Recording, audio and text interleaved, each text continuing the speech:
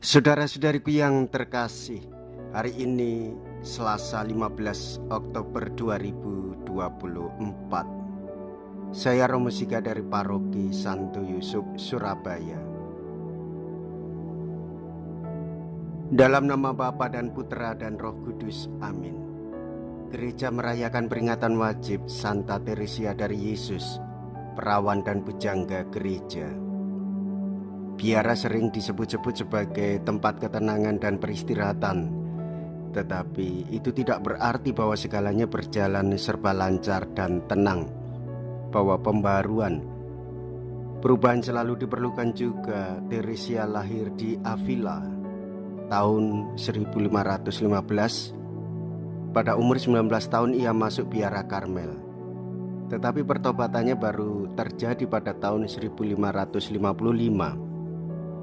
Ketika melihat gambar Yesus yang dianiaya.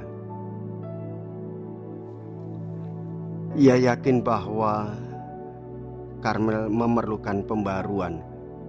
Mula-mula ada yang menentang sampai diketahui bahwa bukan nafsu pembaruan melainkan rasa religius mendalam yang menjadi alasannya.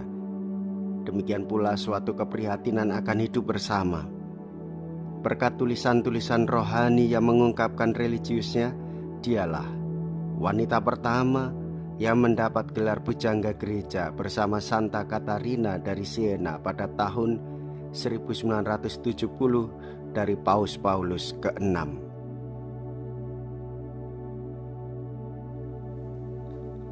Berikanlah sedekah dan semuanya menjadi bersih. Mea culpa, mea culpa, mea maxima culpa. Marilah kita berdoa. Allah Bapa yang bersemayam di istana mulia, atas dorongan Roh Kudus, Santa Teresia telah menunjukkan jalan menuju kesempurnaan kepada umat-Mu. Semoga budi kami selalu dibimbing acaranya dan hati kami dikobarkan keinginan akan kesucian. Dengan pengantaraan Yesus Kristus Putra-Mu Tuhan kami, yang hidup dan berkuasa bersama dengan Dikau dalam persatuan Roh Kudus, Allah sepanjang segala masa. Amin. Tuhan bersamamu dan bersama rohmu. Inilah Injil suci menurut Lukas. Dimuliakanlah Tuhan. Lukas bab 11 ayat 37 sampai dengan ayat 41. Pada suatu ketika selesai mengajar, Yesus diundang seorang Farisi untuk makan di rumahnya. Maka masuklah Yesus ke rumah itu, lalu duduk makan. Tetapi orang Farisi itu heran melihat Yesus tidak mencuci tangan sebelum makan. Lalu Tuhan berkata kepadanya, "Hai orang-orang Farisi, kalian membersihkan cawan dan pinggan bagian luar, tetapi bagian dalam dirimu penuh rampasan dan kejahatan. Hai orang-orang bodoh, bukankah yang menjadikan bagian luar, dialah juga yang menjadikan bagian dalam? Maka berikanlah isinya sebagai sedekah dan semuanya akan menjadi bersih bagimu."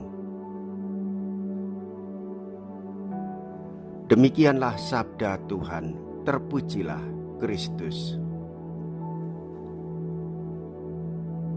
Saudara-saudariku yang terkasih, Tuhan Yesus pada hari ini mengajar hati kita semua untuk membersihkan diri, menyucikan hati, memurnikan pikiran, supaya kita membantu orang melakukan sedekah, beramal baik, sungguh-sungguh dari hati yang murni. Bukan karena pamrih, bukan karena supaya tidak dikritik orang, bukan pula supaya dilihat orang bahwa kita ini baik. Tetapi Yesus menghendaki supaya tidak terjadi kemunafikan di dalam diri. Karena kemunafikan itu akan merusak hati kita. Hendaklah kita melakukan segala sesuatu atas kehendak Tuhan demi kesejahteraan hidup bersama. Jikalau kita berani hidup menderita dalam Yesus, maka kita pun akan dipermuliakan di dalam Kristus. Terpujilah nama Yesus, Bunda Maria dan Santo Yosef untuk selama-lamanya. Marilah kita berdoa. Allah Bapa kami yang Maha Agung, keluarga-Mu ini telah Kau segarkan dengan santapan surgawi. Semoga kami seturut teladan Santa Teresia selalu gembira dan memuji kasih setia-Mu dengan pengantaraan Kristus Tuhan kami. Amin. Tuhan beserta kita sekarang dan selama-lamanya. Semoga Allah yang Maha Kuasa memberkati saudara sekalian, Bapa dan Putra dan Roh Kudus. Amin. Saudara-saudariku yang terkasih, pergilah. Ibadah sabda sudah selesai. Syukur kepada Allah.